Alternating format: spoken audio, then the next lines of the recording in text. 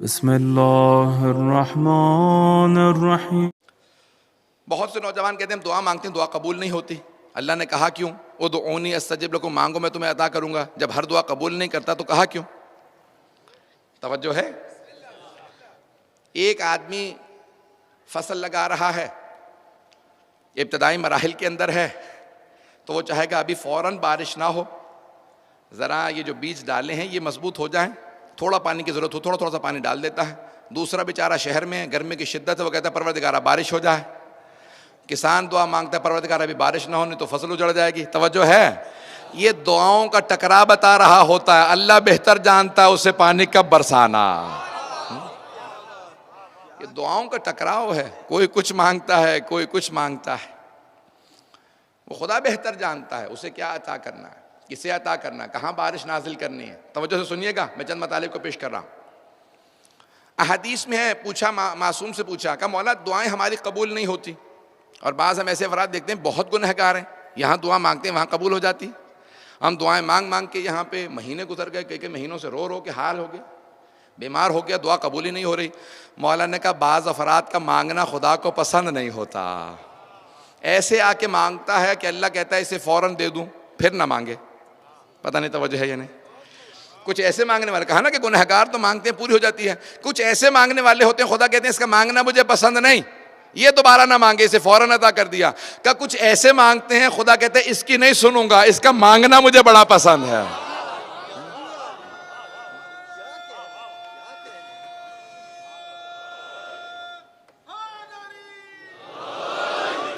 अज़ान गिरामी मासूम फरमाते हैं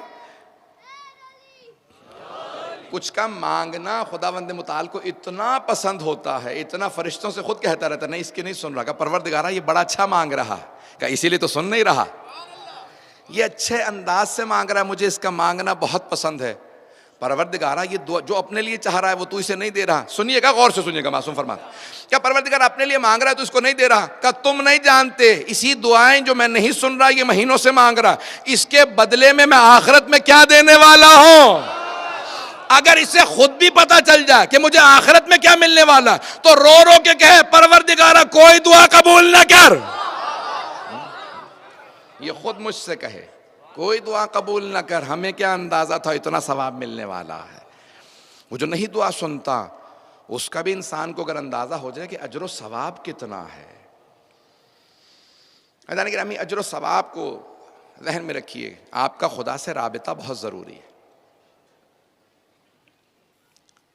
जब मांगने बैठे तो बड़े आजिज़ी इनके सारे के साथ सुनेंगे इंशाअल्लाह मतालिब।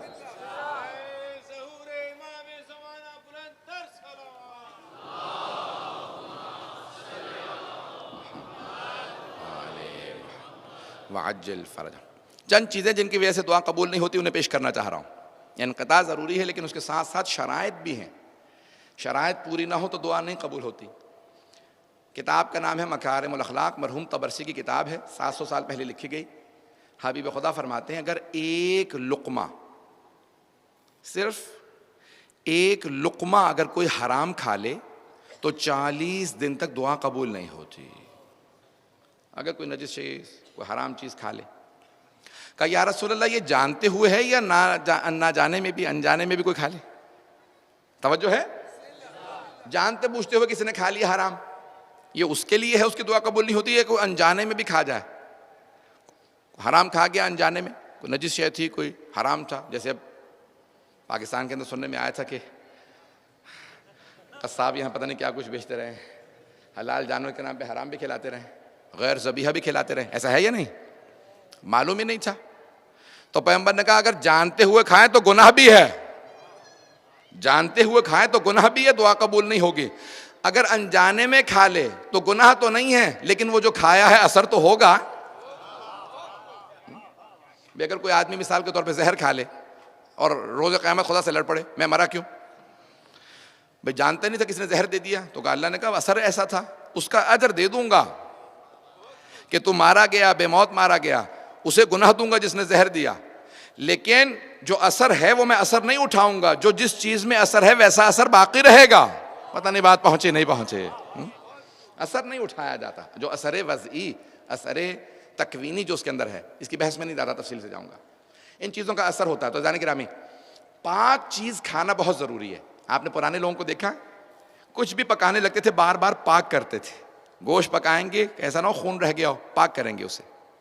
मासूम फरमाते हैं कभी भी गोश्त ना पकाओ जब तक कि उसे पाक ना कर लो, धो उसे बार बार, पाक करो। जब खाने लगे, यहाँ तक कि मैंने देखा है बहुत से लोग चावल भी पकाएं, दाल भी, कुछ भी पकाएं, सब्जी भी पकाएं, उसे ज़रूर पाक करते हैं। जब पाक कर लें फिर पकाते हैं। अब समझ में आ रहा है पाकीज़गी का हमारी दुआ की कबूलियत में कितना असर है। कुछ लोग होते हैं कि हाथ पाक किया नहीं, खा लगा दिया खाने को, इसलिए अब जब पकाने लगे तो खुद ब खुद खाने को पाक करके। इसीलिए घर में खाने की इसलिए ताकीद ज़्यादा है, क्योंकि बाहर पकाने वाले का मालूम नहीं इसने पाकीज़गी का लिहाज रखा कि नहीं रखा। लेकिन घर में अगर कोई पका रहा है तो पाकीज़गी का लिहाज रखेगा। एक और बात कह दूं, अगर सुनना पसंद फरमाए, एक बहुत बड़े उस्ताद वो मुक़द्दस में हमेशा कहा करते थे, कहते थे वो माँ जो बिस्मिल्लाह पढ़ के आटा गूंथती है और वो माँ जो बगैर बिस्मिल्लाह पढ़े आटा गूंथती है, दोनों आटे हैं, दोनों की रोटियां बननी हैं। इस रोटी का असर और होगा, उस रोटी का असर और होगा। इसे बिस्मिल्लाह पढ़ के गूंदा गया है, उस रोटी का असर और है। अज़ान गिरामी, पहली शर्त है, पहला जो मकाम मरहला है, पहली शर्त है इंसान हलाल खाए। तवज्जो रहेगी सबकी मेरे साथ। तो पहली शर्त हलाल, पाकीज़ा शय, पाक खाएंगे। और छठे इमाम की हदीस है, शहद की मक्खी से एक चीज जरूर सीखो, सिर्फ हलाल खाती है, सिर्फ हलाल पैदा करती है। जहां जाती है फूलों का रस पीती है, हलाल शय, और शहद पैदा करती है। मौला कहते हैं जानवर है लेकिन इतना लिहाज है उसे हलाल का कि अल्लाह ने कुरान में कहा फी है शफा, इसके शहद के अंदर भी हमने शफा रख दी है, क्योंकि हलाल खाती है। तो पहली शर्त हलाल,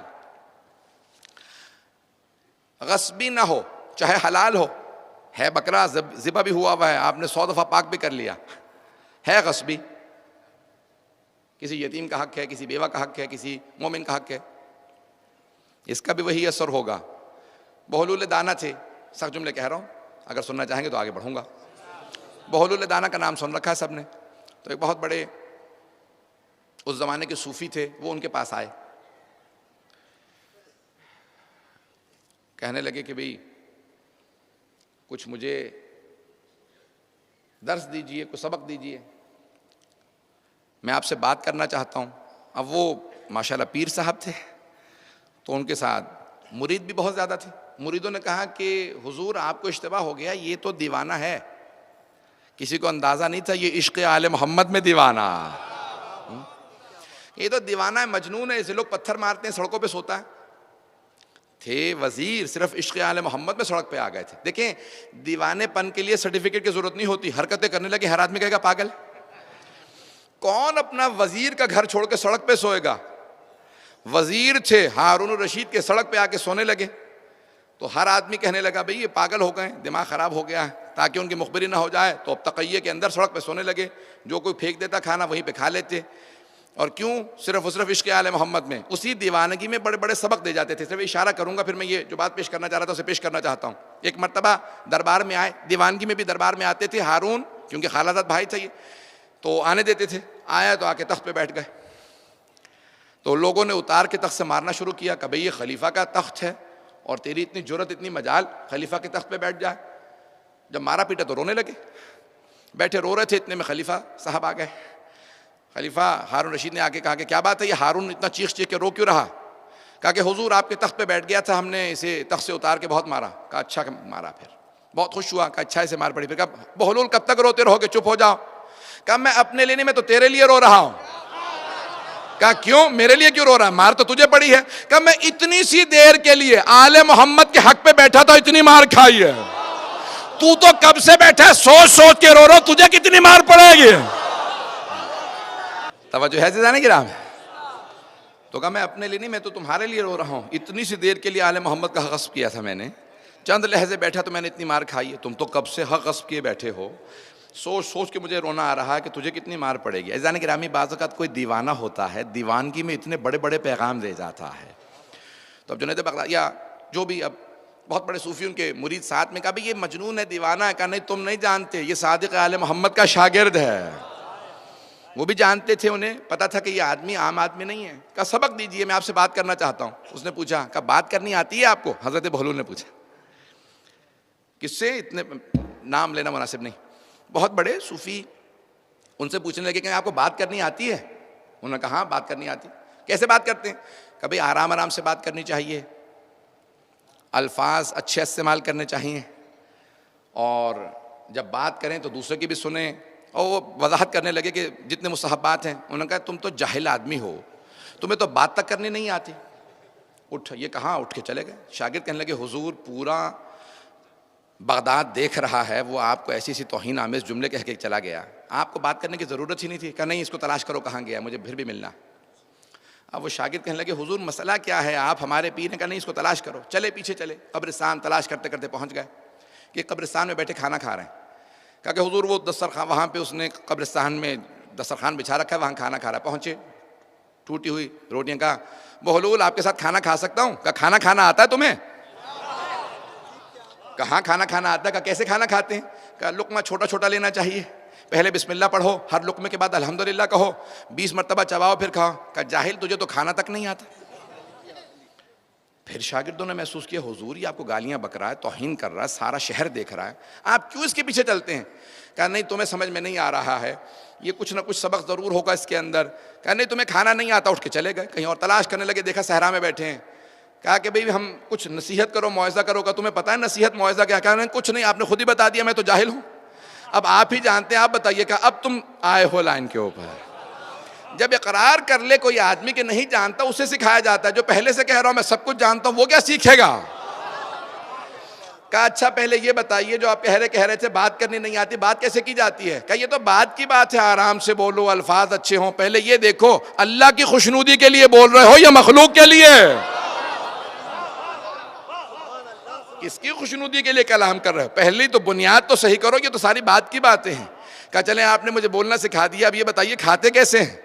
कहा खाने ये तो सब बात की बातें हैं कि बिस्मिल्लाह पढ़ो, अल्हम्दुलिल्लाह कहो, लुकमा चबाओ, छोटा लुकमा हो 20 दफ़ा चबाओ, फिर आराम से हो, ज़्यादा ना खाओ। ये सब बात की, ये तो मुस्तहब्बात हैं, ये तो बात की बातें हैं। पहले ये देखो हलाल खा रहे हो, गस्बी तो नहीं है, किसी यतीम और बेवा का हक तो नहीं खा रहे हो। ये तो सब बाद में आएगा, मुस्तहब्बात तो बात की बातें हैं, पहले बुनियाद तो सही करो। दुआ की इस्तजाबत में भी यही सब चीज़ें ज़रूरी है। तो उन्होंने कहा कि ठीक है, जब आपने मुझे सिखा दिया बोलना खाना, अब कोई नसीहत कर दें। कहा कभी भी जब आप आखिरत की बात करें तो ये ना कहें कल से शुरू करूंगा। कुछ लोग पहुंच गए हैं।